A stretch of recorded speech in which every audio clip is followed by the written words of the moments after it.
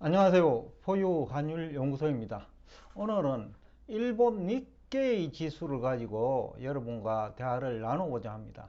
지난해 한 10월경에 제가 일본 니케이 지수도 얘기하고 했기 때문에 그쪽이 미국보다 오히려 더 저평가되어 있다.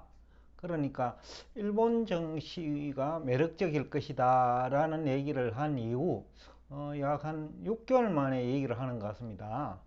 일단 5월 22일 오늘이죠. 기준으로 일본 니케 225 지수가 약 한 33년 만에 최고치를 기록했어요.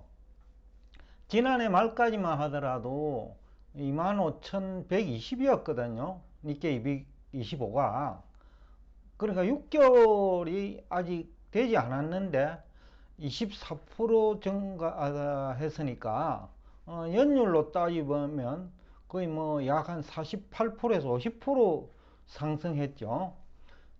지난해 10월 무렵에도 우리 구독자분 중에서 일본 니케이 투자한다면 어디에 투자할까라는 얘기를 하기에 제가 금융이나 그 종합상사 쪽에 투자를 하라라는 답글을 달았는데 특히 이제 종합상사 쪽이 많이 올랐어요.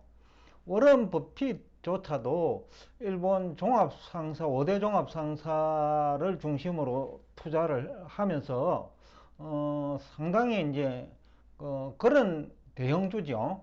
대형주들이 주가가 많이 상승한 것도 원인이고, 그리고 이제 환율이 많이 떨어졌죠. 지난해에. 그것도 환차익 효과가 있는 거고, 여러 가지 이제 금융회사도 그렇고, 또 일본 종합상사들도 결국은 결산은 일본 통화표시로 하니까, 상당히 이제, 재미를 많이 봤겠죠.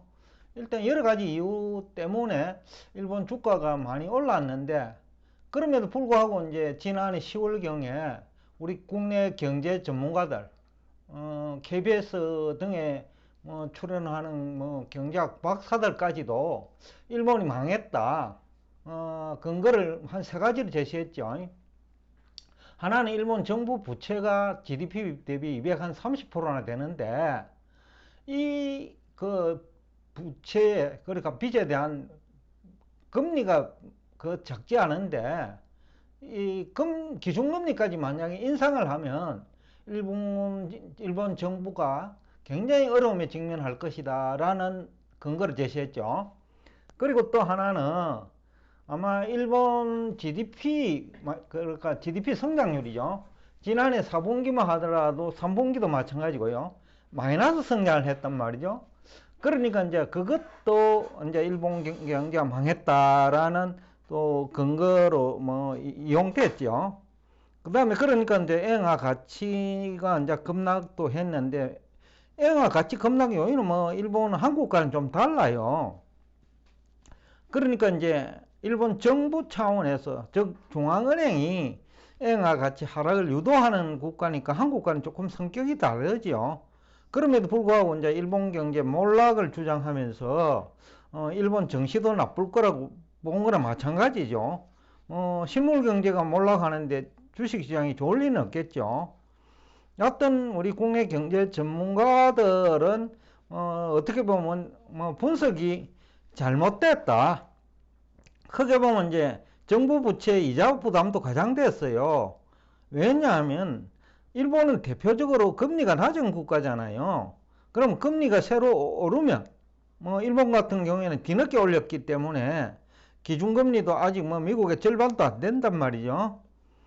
그러니까 이제 기준금리 올려도 기존 부채에 대해서 영향을 주지 않아요. 새로 이제 신규로 정부 부채를 발행하면 높아진 금리가 정부 부채 이자 부담으로 증가하겠죠. 그러니까 그것은 얼마 되지 않는단 말이죠.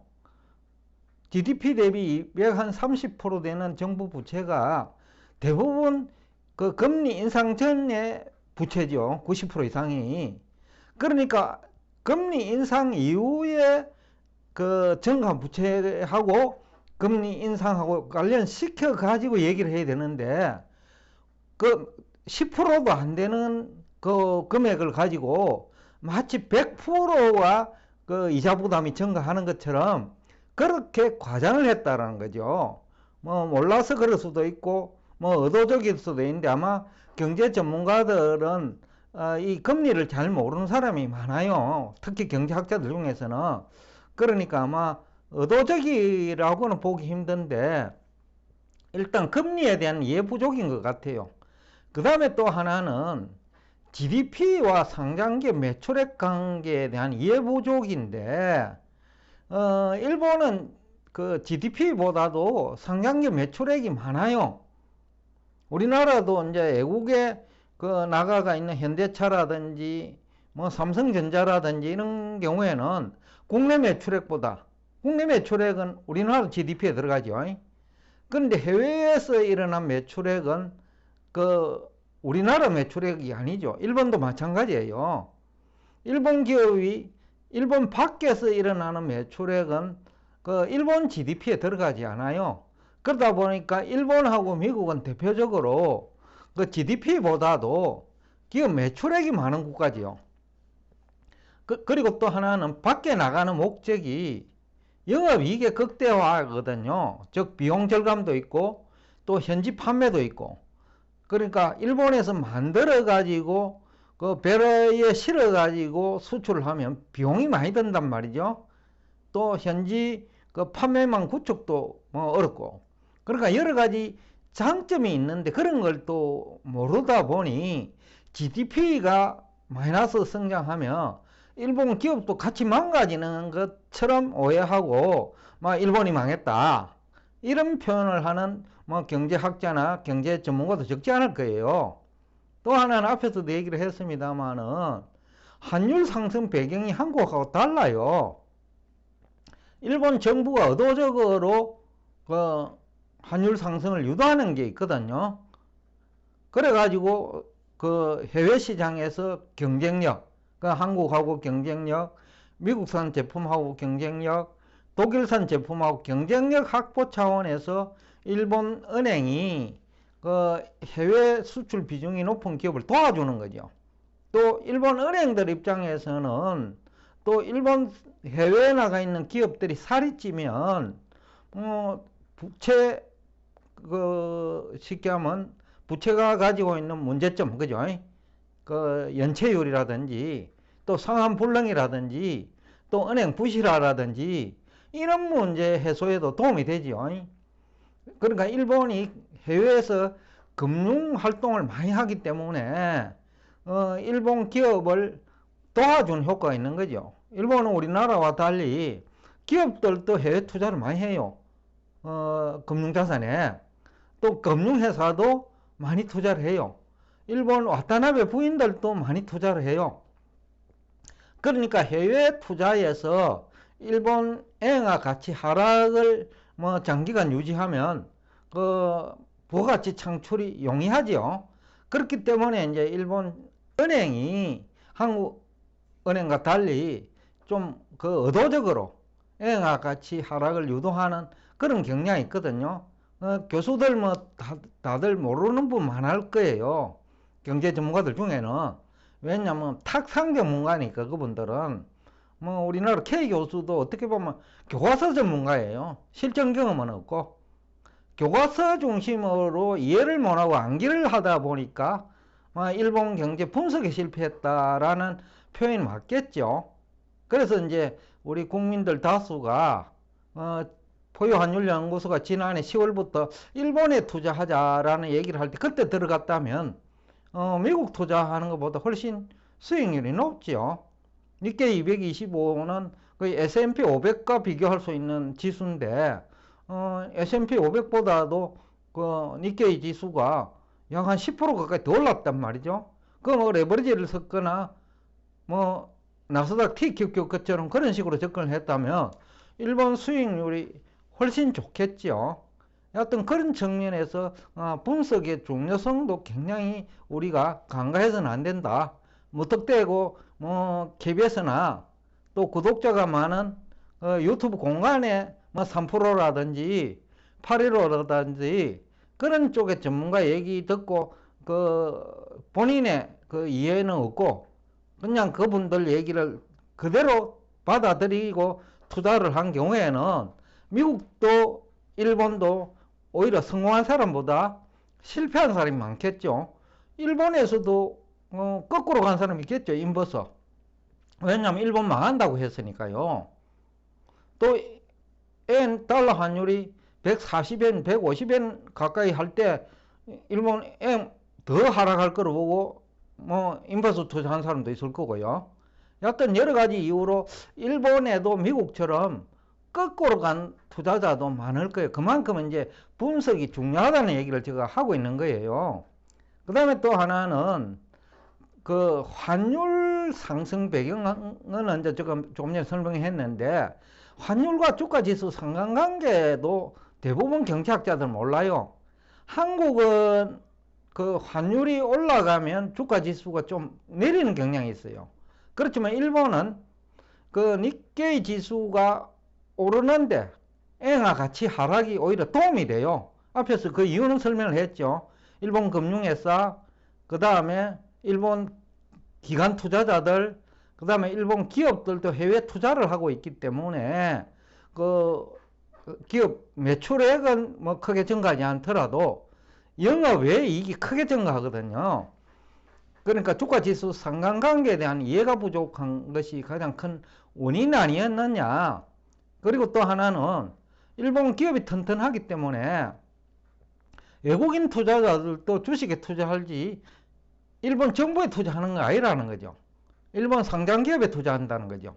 그러다 보니까 외국인 투자 자금도 많이 유입된 것 같고, 그래서 이제 주가가 또 수급 측면에서도 도와줬다. 그 다음에 또 하나 최근에는 원래 들어와가지고 이제 특히 최근 한 달 동안이요. 미국 정부 부채 협상이 난항을 겪고 있으니까 일본 주가 저평가된 것에다가 또 미국은 불안하니까 일본이 오히려 매력적이다 라고 하면서 들어가는 돈도 있겠죠.